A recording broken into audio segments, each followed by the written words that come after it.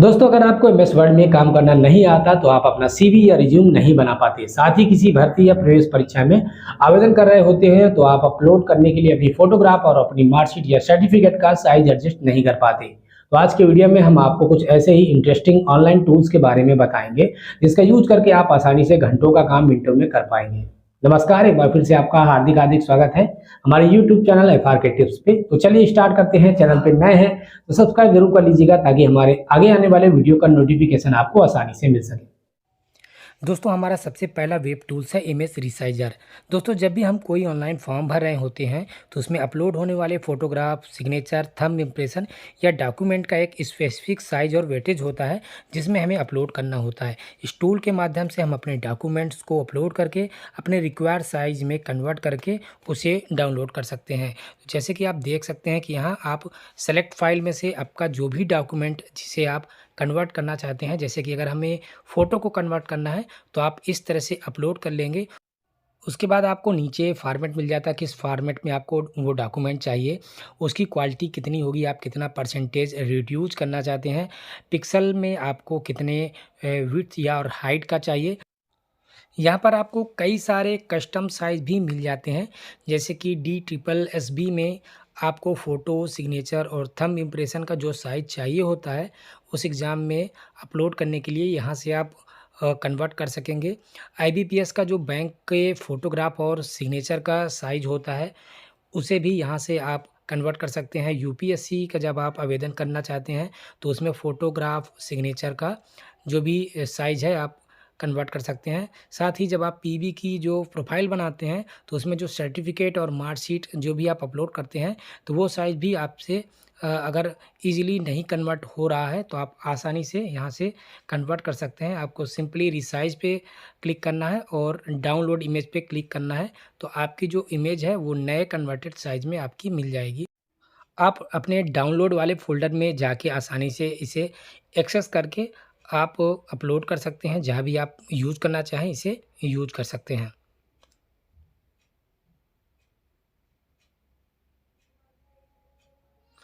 आप यहाँ पर इसकी प्रॉपर्टी भी देख सकते हैं कि इसका जो केबी साइज़ है ज़्यादा नहीं है, तो ईज़िली सभी जो ऑनलाइन फॉर्म है तो उस पे ये अपलोड हो जाएगी। अब हम देखेंगे कि जैसे कि हमें मार्कशीट को साइज़ उसका एडजस्ट करना है एज़ पर पीबी प्रोफ़ाइल, तो वो कस्टम साइज़ में हम उसे सेलेक्ट करेंगे और कुछ इस तरह से कस्टम साइज़ को MPPB मार्कशीट एंड सर्टिफ़िकेट वाला ऑप्शन सेलेक्ट करेंगे। देन हमें रिसाइज़ पे क्लिक कर देना है, तो हमारी ये डॉक्यूमेंट जो भी है, हमारा मार्कशीट है, हमारा सर्टिफ़िकेट है, तो इस तरह से रिसाइज़ हो जाएगा और हम इसे भी आसानी से डाउनलोड कर पाएँगे।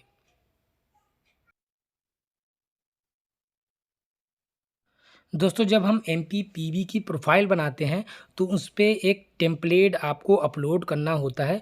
कुछ इस तरह से वो टेम्पलेट का फ़ॉर्मेट होता है, जिसमें आप देख सकते हैं कि यहाँ पर आपको इसका फ़ोटोग्राफ अपलोड करना होता है, पेस्ट करना होता है, इसका प्रिंट आउट लेके, जो जिस पे आपको नेम और डेट लिखा होना चाहिए, जो 3 माह से अधिक पुराना ना हो।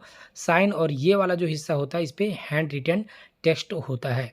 तो जो हमारा ये दूसरा टूल्स है, वो इस पीबी प्रोफ़ाइल पे है, तो हम इस पे देखेंगे कि हम इस पीबी प्रोफ़ाइल को किस तरह ईज़िली बना सकते हैं। तो यहाँ पर आपको MPPB टेम्पलेट जनरेटर वाले आइकन पे क्लिक करना है, तो आपको कुछ इस तरह से डैशबोर्ड दिखाई देगा। यहाँ पर आपको जो आपके फ़ोटोग्राफ में जो नेम लिखना है, वो नेम आप लिख देंगे। जो फ़ोटो कैप्चरिंग की डेट है, फ़ोटो खिंचाने की तिथि आपको जो दिया होता है, उस पे लिखना होता है, वो आप डेट लिख देंगे। उसके बाद आप अपनी फ़ोटोग्राफ को ब्राउज़ करके इस पे अपलोड कर देंगे। देन आपको इस तरह से सिग्नेचर फ़ोटो भी है और सिग्नेचर को भी इस तरह अपलोड कर देंगे। उसके बाद जो हैंड रिटन टेक्स्ट है, वो भी आपको लास्ट में डिक्लेरेशन वाला जो टेक्स्ट होता है, वो आप लिख देंगे। कैप्चा एंटर करके जनरेट टेम्पलेट पे आपको सिंपली क्लिक कर देना है। तो आप देख सकते हैं कि आपका जो ये टेम्पलेट है, वो पूरी तरह से तैयार हो चुका है। जहाँ पर फ़ोटोग्राफ होनी चाहिए, वो फ़ोटो आ गई है, उस पे नेम और डेट भी आ गई है और सिग्नेचर भी आ चुका है। साथ ही नीचे आप देखेंगे तो इस पे हैंड रिटेन टेक्स्ट भी दिया हुआ है। ये टेम्पलेट जनरेट होने के साथ ही डाउनलोड हो जाता है। आप इसे डाउनलोड फ़ोल्डर में आपको ये मिल जाएगा, जहाँ से आप जब भी आप प्रोफ़ाइल बनाना चाहते हैं तो आप इस टेम्पलेट को ईज़िली अपलोड कर सकेंगे। इसका साइज़ इन केबी भी आप देख सकते हैं 175 केबी है, और जो टेम्पलेट अपलोड करना होता है वो 220 केबी से कम का होना चाहिए। तो आप हाई क्वालिटी का टेम्पलेट आप ईज़िली अपलोड कर पाएँगे। अब हम बात करते हैं अपने थर्ड टूल यानी कि रिज्यूम या सीवी मेकर। दोस्तों, अगर आपको एमएस वर्ड चलाना नहीं आता तो आप इस टूल के मदद से अपने मोबाइल या डेस्कटॉप पे ईज़िली अपना सीवी बना सकते हैं। यहाँ पर आपको जो भी आप टाइटल ऊपर रखना चाहते हो, रिज्यूम या सीवी, आप सेलेक्ट करेंगे। उसके बाद आपको अपना नाम, address, mobile number, email ID, date of birth, ये सारी चीज़ें आप फिल कर लेंगे। उसके बाद करियर ऑब्जेक्टिव काफ़ी सारे इस पे पहले से ही अवेलेबल हैं। आप जो करियर ऑब्जेक्टिव सेलेक्ट करना चाहते हैं उसे सेलेक्ट कर लेंगे, या यहाँ पर एक बॉक्स दिया है, यहाँ आप अपना करियर ऑब्जेक्टिव टाइप भी कर सकते हैं।